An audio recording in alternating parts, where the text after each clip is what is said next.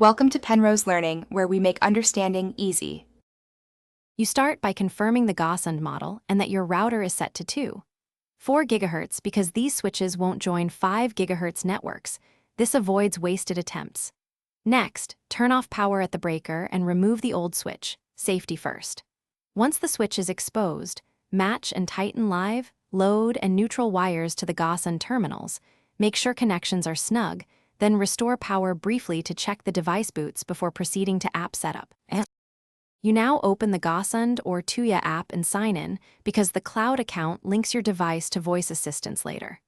Once logged in, put the switch into pairing mode, usually by toggling the physical switch per the manual until the LED blinks rapidly, so the phone can discover it. Then enter your 4 GHz Wi-Fi SSID and password exactly. If direct pairing fails, switch the phone to the device's AP mode and follow the on-screen instructions. You finish by naming the switch in the app and assigning it to a room, then test on and off to verify correct load control. This confirms wiring and firmware.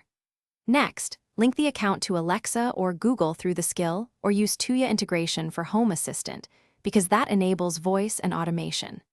If pairing or control fails, factory reset the switch for 10 seconds, double-check router is not blocking devices or using MAC filtering, and retry. That single reset solves most issues. Thanks for watching. If this was helpful, leave a like and consider subscribing. See you next time.